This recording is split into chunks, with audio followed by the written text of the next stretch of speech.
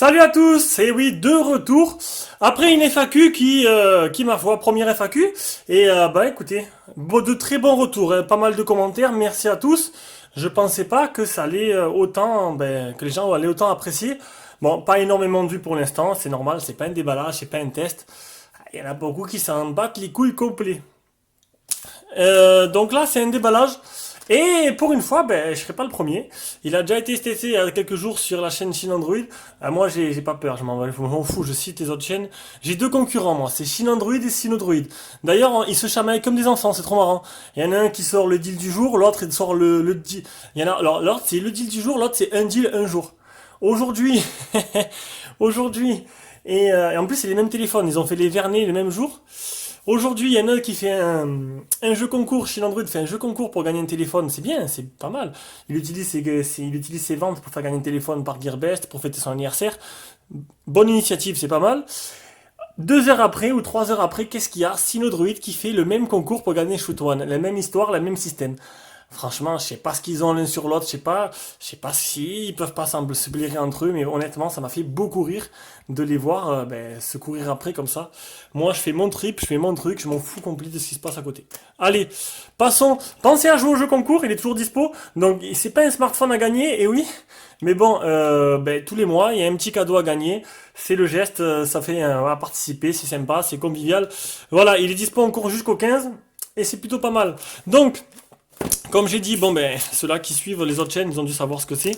Donc il a été fait très très récemment, c'est la dernière vidéo d'ailleurs. Donc c'est on va aller vite, le Ulefone J Mini. Hop.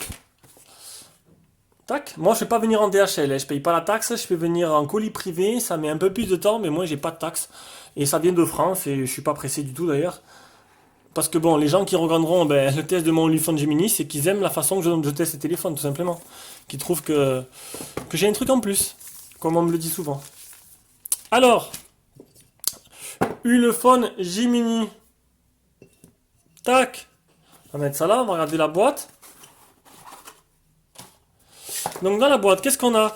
On a un manuel, donc j'ai oublié de le dire, ça vient de Gearbest. Voilà, comme d'hab. Fournisseur exclusif de notre chaîne. Il y a que c'est pas compliqué. Et c'est que eux qui font le système de coupons, d'envoi de téléphone. Il y a que eux qui font ça. Hein.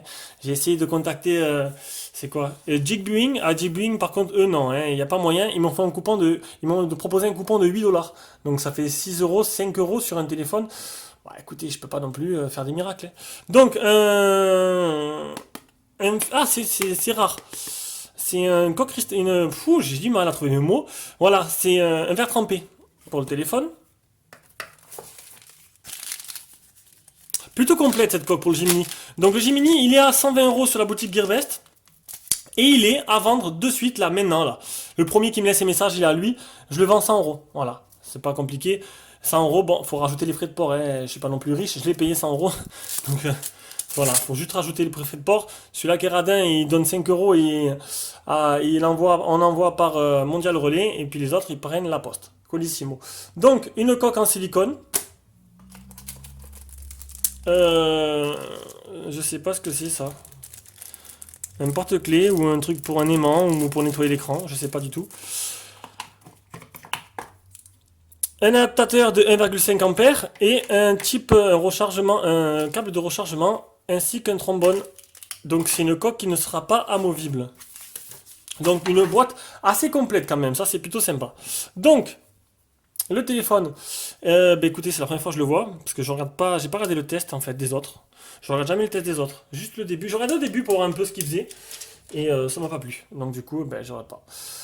Voilà. Donc ce smartphone, il est tout en métal avec des côtés en plastique en haut et en bas pour laisser passer les ondes.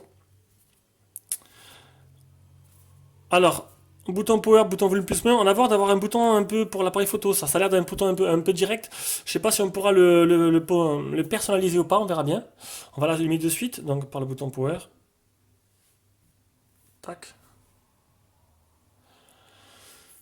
Donc l'iPhone Gemini, c'est un double capteur photo. On verra bien ce que ça donne en photo. C'est un peu l'utilité de ça. Bon après moi, c'est pas voilà, c'est pas mon kiff. Je suis pas trop photo en plus. Et à l'avant, normalement, j'espère, je me suis... Non. J'ai pas encore étudié la fiche technique, mais il devrait y avoir le capteur d'empreinte qui se situe ici. J'espère, je pense. Donc premier démarrage, il sort de boîte. On va attendre. Alors, on le met en français.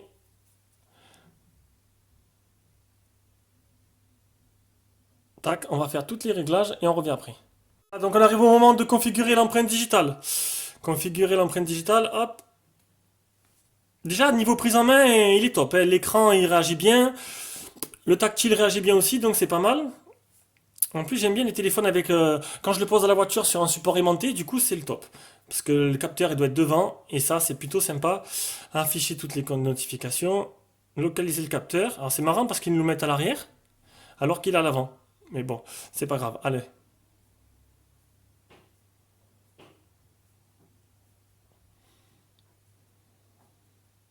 C'est un peu une sorte de Redmi Pro de Xiaomi, en plus low cost.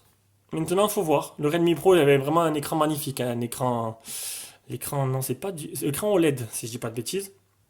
On va pas restaurer, on fera ça manuellement. Parce que j'ai des nouvelles applications qui sont pas... Ah ouh, pas mal. Donc, premier allumage, ben écoutez, ça a l'air pas mal du tout, on va s'approcher un peu. Un écran, honnêtement, l'écran il en jette. Il a l'air plutôt joli. Il a l'air vraiment collé à la dalle, une sorte d'écran LTPS, donc j'ai pas encore regardé si c'est vraiment ça. Les bords sont un peu arrondis, donc c'est du 2,5D. Là, pour l'instant, dans les mains, il me plaît pas mal ce petit téléphone. On va commencer par les paramètres. Alors, c'est du 6.0, les mises à jour. Recherche de mise à jour. Mon appareil est à jour de la mise à jour le... il n'y a pas de date. Donc il n'y a pas de date, c'est pas grave. Les boutons sont sur l'écran. Ça, c'est un point noir. Bon, je l'ai sur Honor 8, je vais pas dire que c'est nul, mais c'est sûr que ça gâche un peu les choses. Apparemment, on peut la supprimer. On verra si on peut la personnaliser ou pas. On va revenir en arrière. Donc, on a bien le Play Store.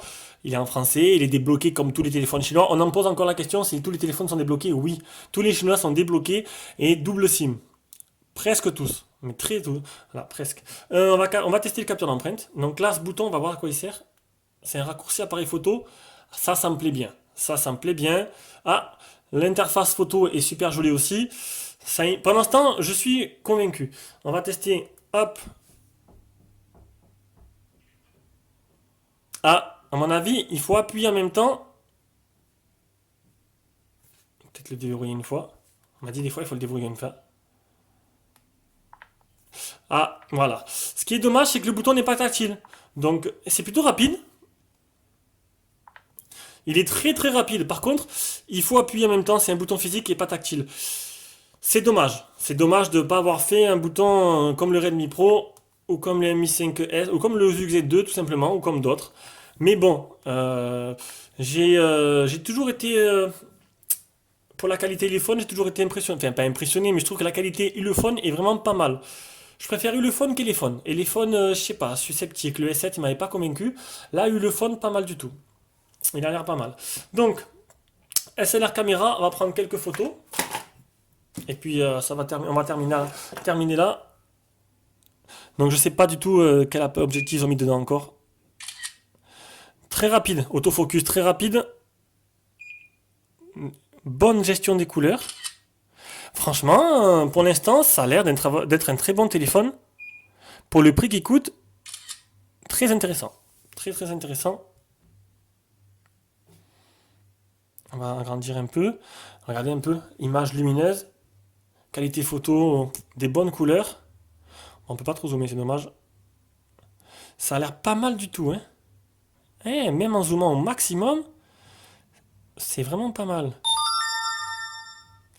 Enfin, j'ai dit qu'il était à vendre, mais je suis pas sûr. Je suis pas sûr finalement. Parce qu'il me plaît pas mal ce Ulefone Gemini. On verra bien. On verra bien sur la durée. Donc voilà, donc c'était le déballage du Ulufone Mini que déjà tout le monde va faire ou a déjà fait. Et écoutez, si vous êtes intéressé par le test, vous aurez ça d'ici moins d'une semaine. Bisous à tous, continuez à nous suivre, excusez-moi, on est trois, et à nous soutenir, c'est vraiment super sympa tous les messages de soutien qu'on reçoit. Et la prochaine vidéo pour ma part sera le test du HomeTom HT27 qui est terminé. Enfin, la vidéo n'est pas encore faite, le test est terminé, donc je ferai ça ce week-end. Voilà, quelques petits réglages encore, un peu à la découverte du téléphone, et après on met tout ça en boîte et c'est fini. Allez, bisous à tous, à la prochaine vidéo.